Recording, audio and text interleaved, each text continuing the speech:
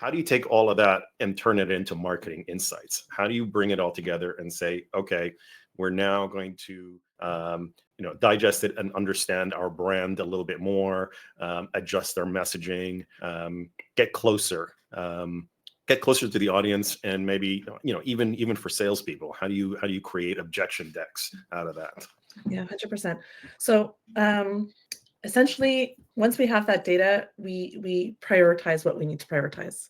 So like if we're noticing that there's a big challenge, and I'm getting super, like I'm not using an example here, but like let's say the challenge is at the like on the brand side, and you're there's a lot of people asking questions, is this legit, or is like more on the credibility side, then that, okay, we have a big problem here. They don't think that our product or whatever it is credible. Then we need to just take a step back and say, like, how do we adjust our messaging? How do we adjust how do we adjust the messaging out there in terms of like search, in terms of like on the website where people find us, but then also how do we account for that throughout the rest of the journey? So like on the sales side, how do we reinforce that messaging when the sales team talks to them? How do we enforce that messaging when the customer service team talks to them?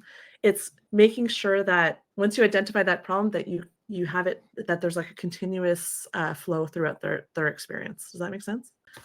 Okay, so you're understanding the pattern across the buyer journey, and then you're creating internal or external content to make sure that any objection or any concern or any credibility concern is accounted for, so that the messaging is consistent across the entire teams or the entire buyer journey.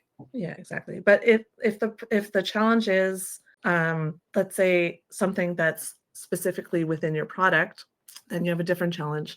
And so then at that point, it's like, is this a marketing challenge or is this a product challenge? And if it's a product challenge, then you bring it into your team and you talk to your team about how can we address this. But then you also have to address it within your messaging, because people are going to be asking the questions. People are going to be talking outside of, beyond Reddit and beyond the customer reviews. They're going to be talking to each other.